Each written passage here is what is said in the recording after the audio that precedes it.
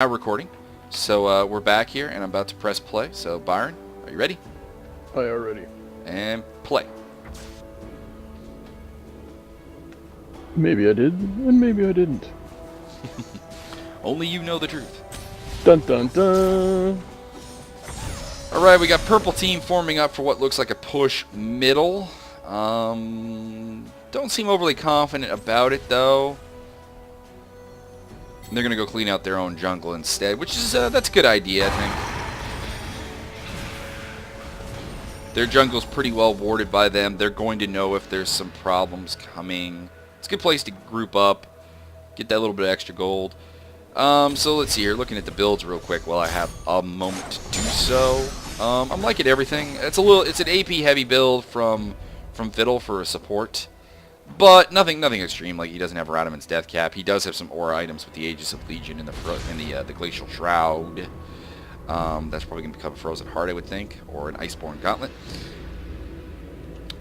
I still think that Jdawg needs to invest in some kind of tank-like item, which he has not done at this point. And to be honest, Kevin needs to look at a more offensive-based item. Not that he's not doing damage, he's getting damage from the Frozen Mallet. Oh, and here's interesting, he's building a Phage when he already has a Phage. I'm going to guess he's building a Trinity Force, and I'm going to once again remind him that the Phages don't stack. So, if you're going to build a Frozen Mallet, don't build a Trinity Force.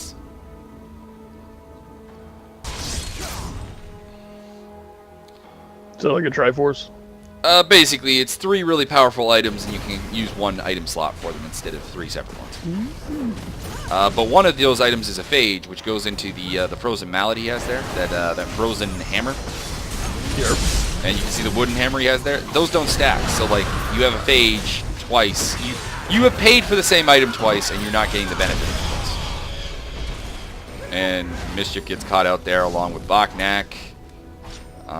Trying to do a dragon, I guess, and they get killed. They're creeping up on doubling up the kills. That's not really... Yeah, Purple's done a really good job here. I mean, they lost that one team fight around Baron, but aside from that, it's they've been a much smoother functioning unit. They're good at getting grouped up, whereas the blue team always has someone off on his own. Be that MsChif, be that Jigger, be that Althos, that doesn't seem to be, you know, grouped up with the unit, and numbers tell the tale. Or Nilo pushing out into the enemy territory for no particular reason. That also has been a problem, I'm not gonna lie. I'm waiting for him to just push all the way into the enemy base and try and spawn camp.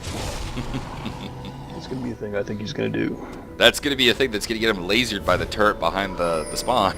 I suppose that's an option. So, if I'm blue team, what do I do to turn this around? Well, one, I gotta group up more. For one, I gotta group up more. For two, I need to resurrect that focus fire that we had earlier. That was pretty good. Again, I'm looking at Nilo's score, and I mean, the kills and the assists are good. Like, 7 kills, that's the best on his team. 10 assists, that's second on his team. That's pretty decent, but the 11 deaths, no one's even close in the game to that. Well, I guess. Actually, Box died 9 times, so I guess he's kind of close, but, Yeah, but if you outdied the healer... Yeah. You got a problem. Yeah. No, I mean, he's definitely got to work on his survival instincts. I'm just saying that his ability to get kills is improving. Good engage here from the blue team, actually, courtesy of... just as we were crapping on him, Nilo launches a pretty good frost arrow there, and we actually get a good engage off of it. They're going to get 2 for 0 right now. They get themselves Viking Sun and Jdawg. They're getting a little bit low, and they're eating a lot of turret aggro, and there is MsChif getting Noxie and guillotined by Kevin. Probably the best Kevin's ever felt hitting a woman. And they kind of mess it up here because, like, Jigger breaks off, leads away Kevin, but I mean, in the end, just no real direction there. They were too focused on the turret. turret was... They were getting turret aggro, and they were getting a lot of damage put down on them. So as much as that fight is a draw in the sense of it's 2 kills for 2 kills, and now 3 kills for 2 kills, I think blue team wasted a chance to do something more with that.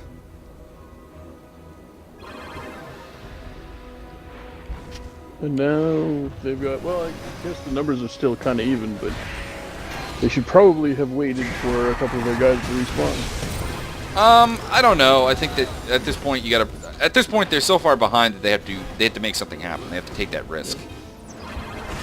And, you know, getting a base turret would be a big deal at this point. And they did get a kill on Gratch there. So I'd say that worked out. But now they need to back off with Viking Sun back up, with Kevin, and also Jdawg up. How dare you injure Gratch? And I can confirm it now. That is a Trinity Force that Kevin's building. He's got the Zeal for it now, too. Now all he needs is the Sheen, and then he'll have himself a Trinity Force. I'm not a fan of Trinity Force on Darius, and I'm also really not a fan of it when you're wasting 1/3 of it by having a Phage and another item. As MsChif gets herself red buff. Oh, she missed a smite. Oh, I'm not going to let you hear the end of that. Thou art smiteless. Basically, you're supposed to use smite to kill the guy, the minion you're trying to kill, and you know exactly how much damage your smite's going to do. So she used it too early and thought it killed him, and then it was still alive. So, yeah. MsChif, next time I talk to you, we're going to talk about smiting. Down and give me 3 smite ups. So we got a fight around Baron coming here. We got MsChif coming from far away. Now, blue team, both ADCs are actually in the base, not part of this. So it is a 4-on-4. And there's a teleport from Brannigan's Law. So Brannigan's Law is going to be closer. So the advantage here is to the blue team because Nilo has a teleport and Gratch doesn't. So he managed to get closer to the fight a lot quicker, whereas Gratch is having to come from the base. Another not great idea on the Ash Arrow there because that didn't really create anything for the blue team. So, like, to clarify that what the Ash Arrow does basically is it hits the enemy and makes them unable to move for like a second. So pretty much pointless when nobody's around it. Exactly. It's you use it to initiate a team fight where your team can pick up the kills because it's a really powerful ult when used correctly. The problem is that Nilo tends to just shoot it off whenever it's off cooldown. So you're saying he shoots off early? That's what I'm saying. Blue buff being donated to Ramza again. Blue team pushing up the minions middle again. Blue team seems to really want this Baron. And Jigger, what are you doing? Jigger. Nothing. Well, they got that turret on like a tiny % of health, so if they can get up there, they can get that kill. But, yeah. Well, if they can get Baron and they can push that, and Jigger has been caught out again. So yeah. No, you escaped once, and you're not going to escape this time. That's some bad play by one of the better players on the team, too. So, blue team does get Baron, but they're now outnumbered. They do get the kill on Jdawg, but they lose MsChif. They're going to lose. They lost. Brannigan's Law goes down, so now it's a 3-on-2. And down goes Bach. They do get Kevin, but Altos needs to break off here, but instead he's going to keep chasing, and in the meantime, Gratch is going to have a party in the enemy base. Party time! Takes an inhibitor. So, good job, purple team, taking advantage of the fact that Jigger was out of position. Or miscommunication. I'll give Jigger the benefit of a doubt that maybe he was expecting to do the team fight before the Baron, but his team clearly thought we're doing Baron. I don't know why you're there. And a good job by Gratch on the split push. Taking out a... I don't know if they took out a tower there and an inhib, but they definitely got an inhib. And now Rams is going to take the opportunity to go smack the tower on the top lane. So things are looking pretty desperate if I'm on the blue team. We're down 14 kills. We're actually only down 600 gold somehow. That is a little odd. So yeah, they really haven't turned this into an economic lead, I think is the only thing saving blue. And again, this probably comes down to just the differences in jungling. Like you look, or differences in farming. You look at the jungle, again, MsChif 278 CS, Jdawg 133. That gap continues to grow. We look at the top lane. The top lane pretty even, 191 for Althos, 194 for Kevin. So yeah, top lane evenish. Mid lane even at 311 to 306 basically. Supports heavily favoring Viking Sun.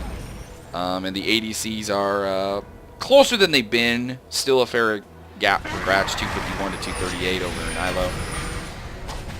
So yeah, as much as she's actually had a pretty rotten game at 7, 9, and 8, MsChif playing a big economic role with her ability to just really, really outfarm Jdawg and keep the gold lead pretty minimal for the purple team.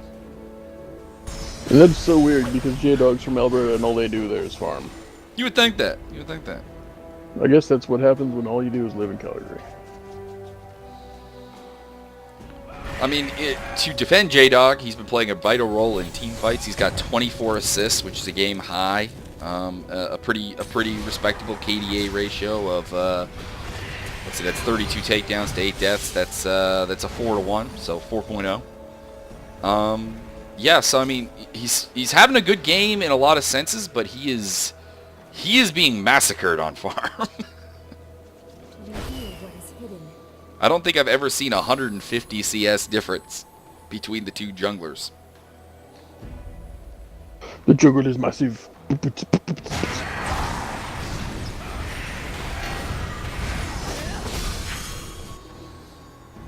Anyways, we're in siege mode now. Purple has map control. They got an oracles on Ramza, so they can clear out any wards that blue actually has. Not that blue has any wards. They are wardless at this point. At this point, I'd like to point out that BockNakkers has not built a sightstone. I find that a bit weird for a support because that gives you free wards, and he has elected not to take that route. Trinity Force is full scale now on Kevin. He's building a chainmail vest at this point.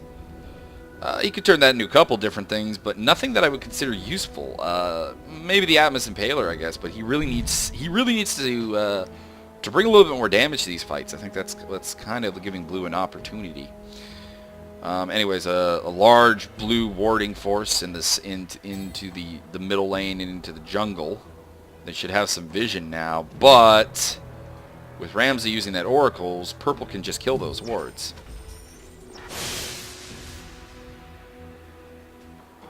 Perhaps if he just threw his minions at the enemy rather than following behind them. It would be an interesting tactic. For the record, there is actually one champion who can throw minions at people. Oh, really? And that is Volibear. Interesting. And a little bit of a bad engage here for purple. That's going to cost them Togwell. That's going to cost them Viking Sun. And I noticed that Kevin's too chicken to fight. At this point, I wouldn't recommend fighting, to be honest. This would be one of those chances where to fight would be to piss your life away. Whatever. He's just a big sissy. There is that too. There is that too. I'm not gonna lie. It's not like this is the first time Kevin's run from combat. Pretty much. But so on the praise side for purple, this is probably the best game I've ever seen Nilo play. I mean, 12 deaths, still high, but he does have 10 kills. He does have 12 assists. He does have 267 CS. And I think blue might have got a little deep here, but they should be able to take out that tower quickly and then turn to face purple. Purple team's turret has been destroyed. And if I'm them, I'm doing that, or at least, no, putting the pressure on the inhib's a good idea too. I just praised Nilo, but now I have to say, why is he not with the team? He is in his own base. He's busy, man. He's busy. He's contemplating life, counting his arrows. I'm just saying that perhaps having your main damage dealer in the team fight is probably better than having him in your base. And they're going to take a dragon out of this. They did get a turret. They got an inhibitor. Stunningly enough, they have the gold lead despite being down 46 to 34 in kills. See, I think one thing you don't understand is that Ashe is a sniping support character. She is, but there's a point where you are beyond sniping and support. Like where he is right now, that's artillery.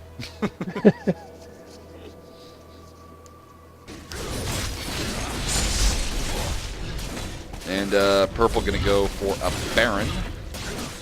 A bit risky, but I guess with blue having to clear out their base a fair bit. And the fact that clearly here, blue is not really reacting to this, that's going to work. Wow, they're up like 4,000. Oh, they were up 4,000 gold. Yeah, Baron will swing that. Yeah. I noticed. So yeah, it took a Baron. I mean, you look at this, and it's very bizarre to see a team that's up turrets, up kills, and down gold. They're just not good at economics. Clearly. Next week. And I hate to pick on Jdawg because he's a good guy and everything, and he's learning very well. But I look at the jungle CS, and it's 305 to 149. That's a problem. Like, we have gotten to the point where MsChif has sold her Wriggle's Lantern, which was her starting item, and has picked up a Mob Malmortis. So yeah, that sounds good. She's finished her build and gone beyond that. Viking Sun getting caught out.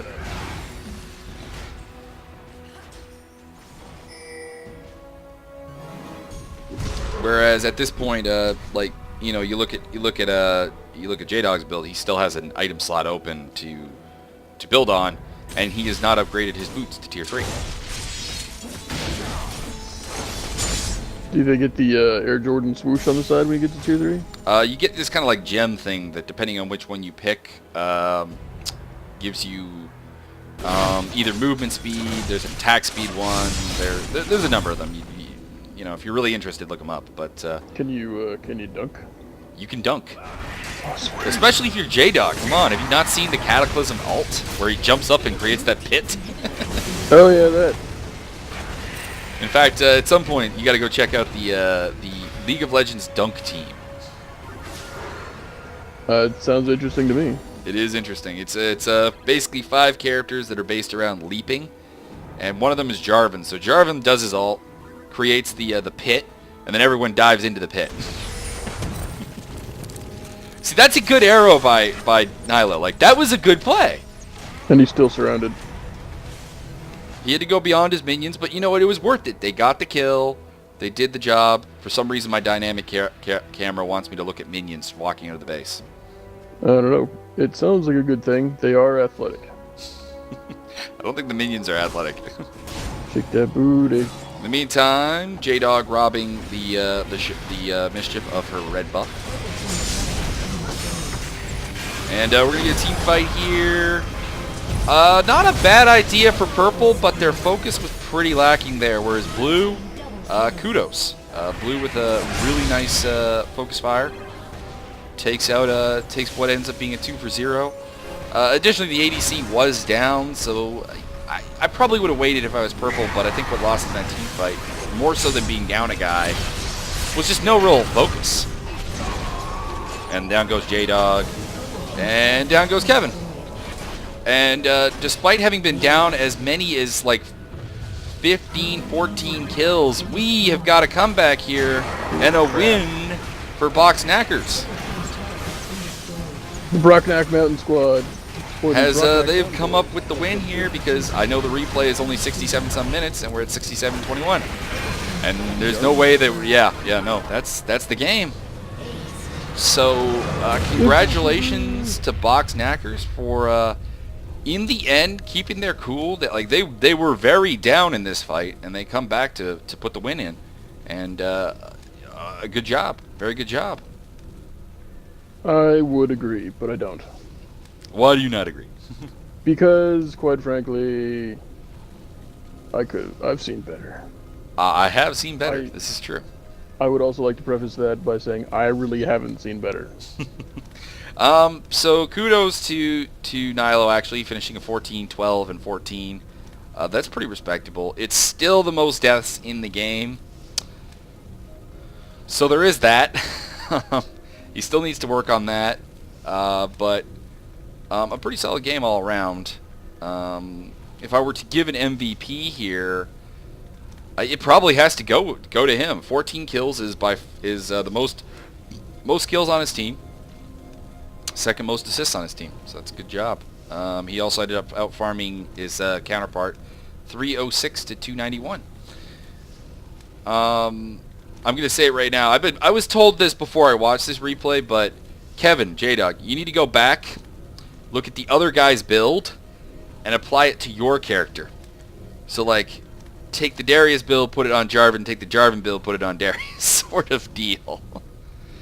As for Kevin and your I did good at farming, you finished at 202 CS. Third lowest on your team, only ahead of the support and Jdawg, who had a terrible game CS-wise. At the end, the jungler difference was 328 to 158. So yeah, that's slight inequity. Yeah, that's more than double. I mean, So, Kevin, if Kevin almost gets out farmed by the healer, there's a problem. yeah. Anyways, still, it was a good game. I preferred the first one because it was closer, and this one seemed kind of hopeless for Blue for the longest time, and they came back and won it. So actually, in a way, maybe that makes it better. But anyways, any final thoughts, Byron? Not at this time. All right, we will see you if we do this again. And I don't know, maybe we'll have more people in the commentary booth. Maybe I won't even be here at all. So we'll see. Actually, I do have one final thought, and that is, I like pie. You do like pie. Everyone likes pie. We're out.